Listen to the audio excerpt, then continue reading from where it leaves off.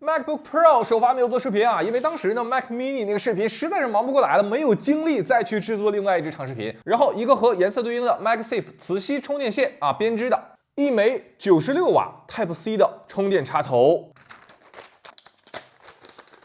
当当。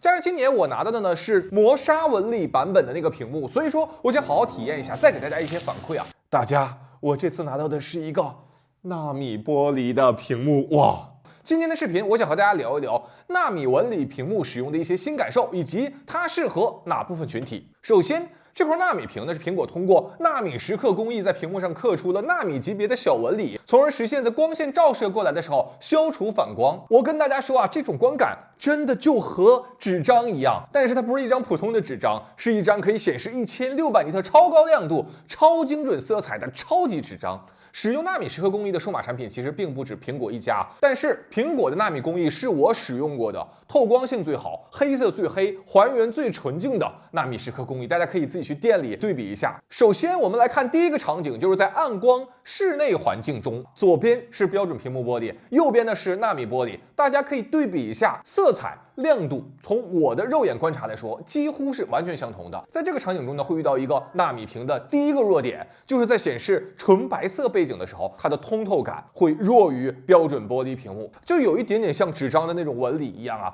我的相机还捕捉不到这么细微的差别，所以我只能采用爸爸的方式啊，跟大家来传递这个效果。然后我们来进入今天视频的第二个场景，也就是极限测试啊，强光环境下去浏览网页啊、看视频呢。M4 芯片版本的 MacBook Pro 除了增加了纳米屏幕版本这个选项之外，它这一次还支持了阳光下全局1000尼特高亮度的显示，前代是600尼特，大家可以对比一下，左侧是前代 M3 玻璃屏幕版本，右边则是 M4 纳米屏幕版本，这个观感极佳，而且在对比之下，你可以发现前代屏幕呢，它会有这种明显的发灰的感觉，你就感觉好像不够白，不光是白色不够白啊，在显示黑色的时候也不够黑，这就是高亮度和纳米屏双重叠加之后的表现。在之前 iPad Pro 那个纳米屏的评测里，我曾经提到过，纳米屏它的一个不足之处就在于可视角度，如果你所处的环境光线是比较强的，因为纳米纹理它要产生这种漫反射的效果嘛，那么通透度都会有明显的下降，整个屏幕呢会呈现出比较发灰的情况。这个结论对于 MacBook Pro 的纳米屏同样适用。大家可以看一下这段画面，右侧的纳米屏斜着看过去，你会发现画面依然有些发灰，对不对？但是我在使用这款笔记本的2个月时间里，我发现和 iPad 的那种比较容易角度倾斜观看不同的是， MacBook 笔记本在我使用的绝大部分时间里，它的屏幕都可以完全正对着我，所以说像这种侧向观看的时候，屏幕发灰的情况对于使用者是几乎不存在的，而对于抗反光的收益，我却时时刻刻都能够感受到。大家可以看一下，这个是在强光环境中白色屏幕背景它的一个反光啊，这是我模拟用户在使用笔记本正常观看笔记本的这样一个视角。大家可以看一下左侧屏幕，我手这个在屏幕里的反光，我现在在调成黑色的屏幕背景，这种抗反光的收益就变得更加明显了。今天视频的第3个场景，我想模拟一下频繁出现在室外户外的工作场景。在这个场景当中呢，我特意避开了阳光直射啊，选择了下午4、5点钟左右这样一个时间点。这个时候户外的光线已经不那么强了，但是哪怕是临近傍晚的天空所带来的反光依然是比较强感知的。大家可以对比一下，左侧是标准玻璃屏幕的 MacBook Pro， 右侧是纳米纹理屏幕。这个场景之下的纳米屏幕依然会有一些发灰，对不对？对比度依然会下降，黑色没有那么黑，没有那么通透，而玻璃屏幕对比度更高，但是光线反射之下会出现大面积看不清屏幕的情况。这个位置我再次强调啊，这个角度并不是绝大部分用户使用笔记本电脑去观看屏幕时候一个正常的角度。而当我现在正对着电脑屏幕去模拟一些正常使用的场景的时候，大家看纳米屏它的观感明显要提升很多，也就是这个时候左侧标准屏幕如果没有反光，它的对比度依然是更好的，但是因为有反光的影响，观看效果是大打折扣。以上这2个场景其实并不是绝大部分用户的日常使用场景啊，一个是强光直射，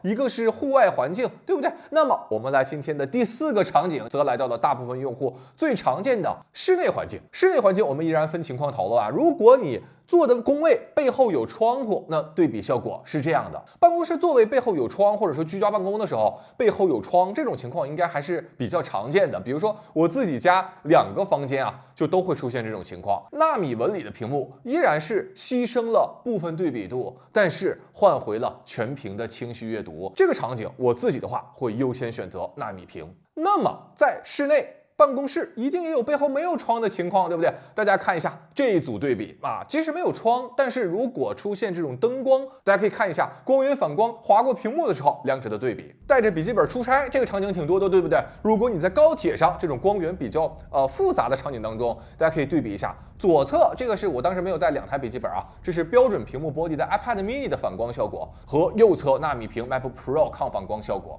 纳米屏不是说一丁点反光也没有啊，但是它能够实现不干扰用户去阅读屏幕内容这样一个水准。以上我们提到的第2种、第3种和第4种场景，其实都是在日常环境中有光源去干扰我们阅读屏幕的时候所体现出的效果。如果你的环境中并没有一个直射或者反射的光源去直接干扰2款屏幕，那么我跟大家说，2款屏幕的表现是几乎相同的，无论是它们的亮度，无论是它们的对比度，无论是它们的色彩表现，几乎是看不出差别的。所以综合以上各种场景的极端测试以及常规测试，纳米屏幕会在强光照射下损失一定对比度，但是换回全屏幕的清晰阅读体验。笔记本这种产品的使用体验，我认为它是更好的规避了纳米屏幕侧向可视角度衰减这样的一个问题。纳米屏还有一个弱点呢，就是它要相比于那种平面玻璃更娇贵一些，所以纳米玻璃版本的包装里呢，都会单独的有一块超纤绒的擦拭布，也就是说，如果你的屏幕上沾上了油污，你可以用这块布来进行清洁。考虑到笔记本在平时使用的时候，它是可以闭合屏幕的，所以也会比iPad 外屏更容易得到保护。所以我最后的购买推荐是 MacBook Pro 的纳米屏幕，相对于 iPad 它的弱点更少，优势更多，和笔记本这种产品形态更加匹配，体验也是更好的。和桌面固定位置的 iMac 相比， MacBook 要面对随身携带、各种处理复杂光源这样的场景使用，我会把纳米屏的推荐等级放在标准屏幕之前。有同学看到这儿说，哎呀，你这个视频出晚了，我已经买完这个标准屏幕玻璃了。那么在这里我跟大家说，也不用过于担心哈，因为我们的眼睛毕竟已经习惯于标准屏幕玻璃很久很久了，对不对？这种对比的差异化呢，只有在2款屏幕横向完全对比的时候会比较明显。如果你已经入手了其中某一款，就踏踏实实的用啊！我争取在下次开麦之前把这个视频给大家做出来。好了，以上呢就是本期视频的全部内容，希望能够解答大家关于2种不同屏幕材质日常使用的时候一些购买的困惑啊。这应该是2024年最后一支长视频了，那么提前祝大家新年快乐，我们2025再见。